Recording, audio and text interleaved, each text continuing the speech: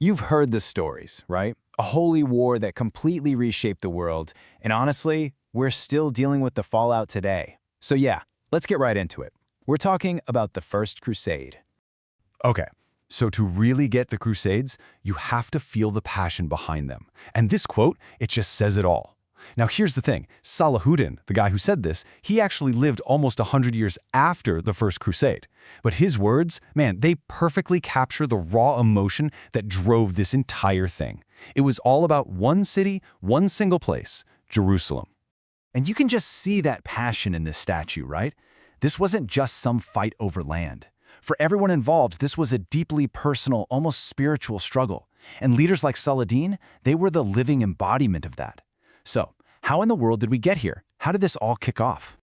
All right, before you get the explosion, you gotta understand the tinderbox it was all sitting on. And the crazy thing is, the story of the First Crusade doesn't actually start in Europe. Nope, it starts in the East, in a world that was already on the absolute edge. So, take a look at this map. This right here is the core problem. See the Byzantine Empire, that part in orange? It's getting smaller and smaller, basically being squeezed by the advancing Seljuk Turks, who are in yellow. I mean, the Seljuks had conquered massive amounts of land, and by 1095, they were literally knocking on the door of the Byzantine capital, Constantinople.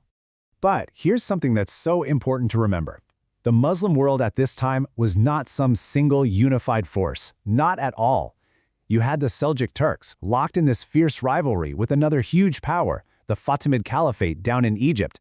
They were always fighting each other for control. And get this, right before the Crusades started, the Fatimids had actually taken Jerusalem from the Seljuks. This division, this internal fighting, it's going to play a huge role in what happens next.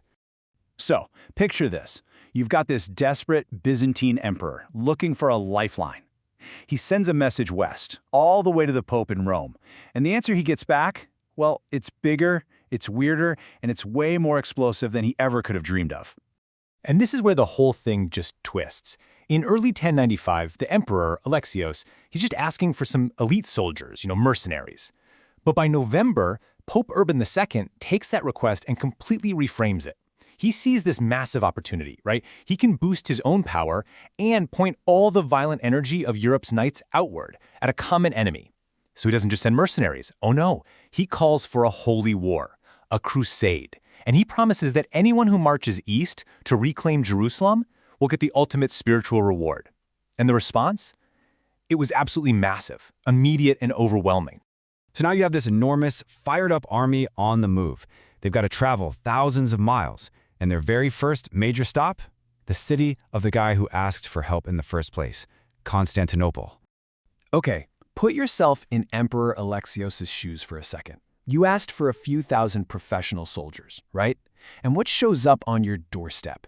This sprawling, chaotic mob of tens of thousands. Knights, peasants, everyone, described as fierce, tired, and hungry.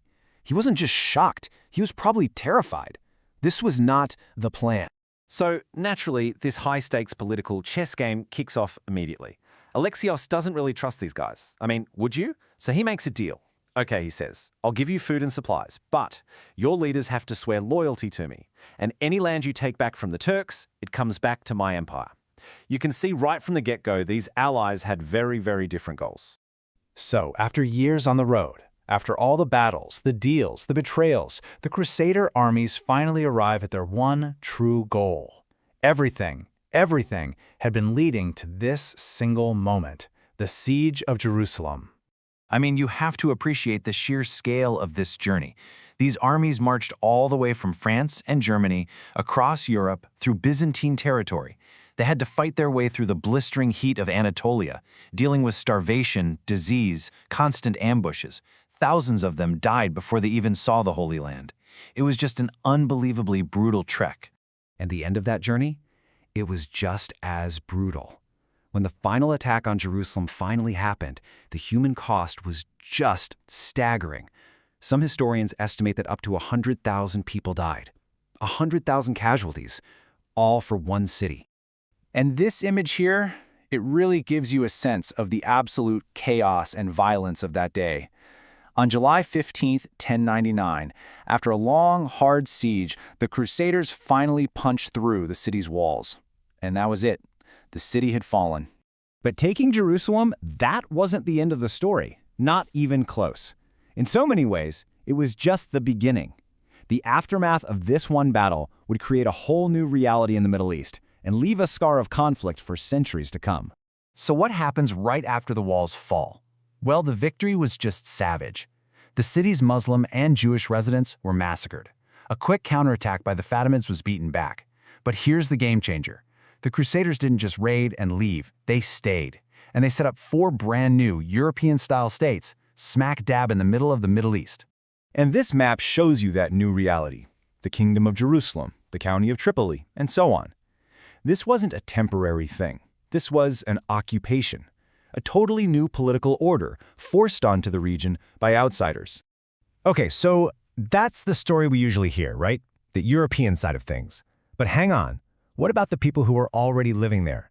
How did they see this sudden, incredibly violent invasion from halfway across the world? This is so fascinating. It really comes down to the words they used. The local people, they didn't have a term for crusaders. They called the invaders Faranja, which means the Franks. You see the difference? To them, this wasn't some grand religious army. It was an invasion by a specific group of Europeans, the Franks, and it looked a lot like a brutal land grab. And this wasn't just some random name they came up with. Arab historians at the time, like Ibn Athir, were already connecting the dots. They looked at the invasion of Syria and said, hey, this looks exactly like the Frankish expansion we've already seen in Muslim Spain and in Sicily.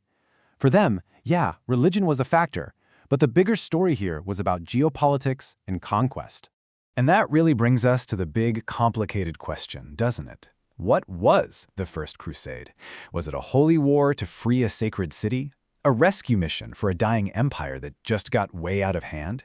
Or was it just a cold, calculated land grab by a bunch of expansionist European powers? The real answer, of course, is that it was a messy, chaotic, and brutal mix of all three. And that's exactly why, even 1,000 years later, we're still talking about it.